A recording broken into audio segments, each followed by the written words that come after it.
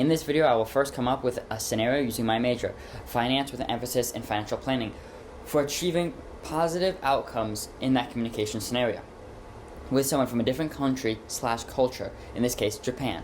Next, I will create a prompt based on the scenario to input into ChatGPT. I will also make sure to ask for 3 sources. Then I will share the output or the advice ChatGPT gives me.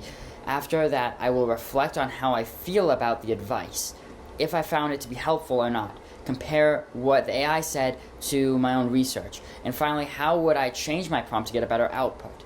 Then I'll wrap up this presentation. I will summarize the key takeaways from this experiment. As a finance major with an emphasis in financial planning, my future career goals involve building strong client relationships and providing tailored financial advice. In this increasingly globalized world of finance, I recognize the importance of effective cross-cultural communication. My scenario is I am a financial planner based in the US, while my potential client is from Japan. Give me advice on how I establish effective communication with a new client from Japan to ensure a successful financial planning partnership while respecting cultural differences. In this scenario, my goal is to establish a positive, productive communication framework with a new client from Japan, taking into consideration the cultural differences between our backgrounds. To achieve a good response from ChatGPT, I wanted to ensure that my input would be very detailed and address the scenario fully. I also wanted the AI to give me quality advice with evidence to back it up. I needed at least 3 scholarly sources, so I inputted into ChatGPT. I am facing a cross-cultural communication challenge in my financial planning career. I need evidence-based advice on how to adapt my communication style to align better with cultural norms and preferences of my Japanese client. Please provide insights from at least 3 reputable sources within the field of intercultural communication, cross-cultural psychology, or cross-cultural business communication. The AI then gave a large output. I will have it displayed here. To break it down, the AI gave me 3 pieces of advice: understanding high context communication, building trust through consensus building, and cultural intelligence. Then it provided me with what each of these topics meant relating to Japan. For instance, if we look at the first topic, understanding high context communication, the AI talked about how Edward T. Hall's seminal work on high context and low context communication cultures is fundamental for understanding the communication styles of different cultures. Japan is considered a high context culture, where much of the communication relies on nonverbal cues, context, and shared background knowledge. To align better with your Japanese client, focus on decoding subtle cues, maintaining harmony, and valuing indirect communication. The AI was able to use a source to back up its answer here.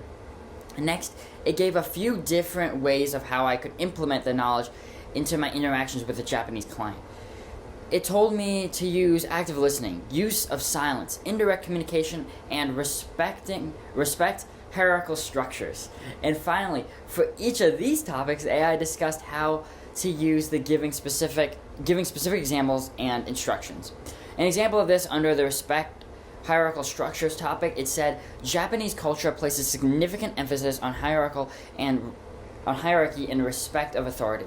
Address your client using appropriate titles and honorifics, and be mindful of your body language to show respect. Avoid interrupting or contradicting superiors, as is considered disrespectful. I would find this advice provided by the AI to be valuable and relevant. The suggestions offered are well-grounded principles of cross-cultural communication in line with the cultural nuances and expectations while dealing with the Japanese client.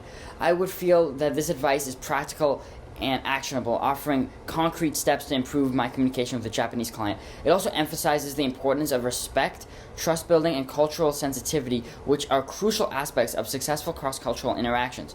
However, the resources the AI application gave me were not helpful. They were either unreliable as they were not real, or they lacked depth and specificity.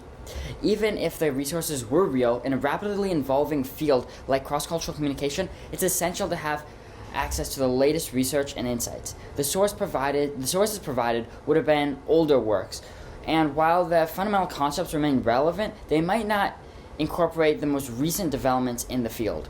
Unlike the sources generated by the AI source, I found called Financial Literacies and Retirement Planning in Japan, published by Cambridge University, was real. Not only was it real, but it talked about how many people in Japan, over half quoted by the article, were not able to correctly answer a question about risk diversification. In fact, many people in the study did not even know how to answer any of the financial literacy questions. For me, if I was trying to get a client or help a client plan their finances, I wouldn't know off the ChatGPT advice that people in Japan do not talk about finances very often and that it's a very closed subject. This information would have helped me give advice in the most basic ways, in more basic ways, and not assume that they know simple concepts like diversification. To improve the output from the AI, I would have made the following changes to the original prompt. First, I'd specify the need for recent academic journal articles or peer-reviewed studies within the field of cross-cultural communication to ensure that the advice is grounded in scholarly research. I would request advice that includes practical strategies, real-world examples, or case studies that demonstrate the applications of the theoretical concepts. I would be explicit about the need for resources to be cited in the APA format for academic or professional referencing.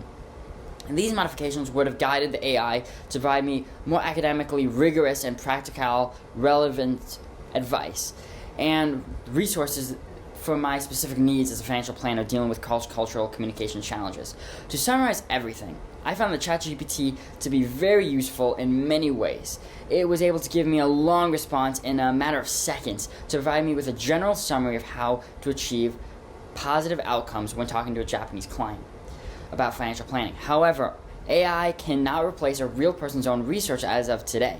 This is because a person can find real articles and can give me up-to-date data and up-to-date sources. AI is very impressive, and with a better prompt, I would have gotten an even better response. Yet, I still believe it's a great tool, but it cannot be someone's only tool.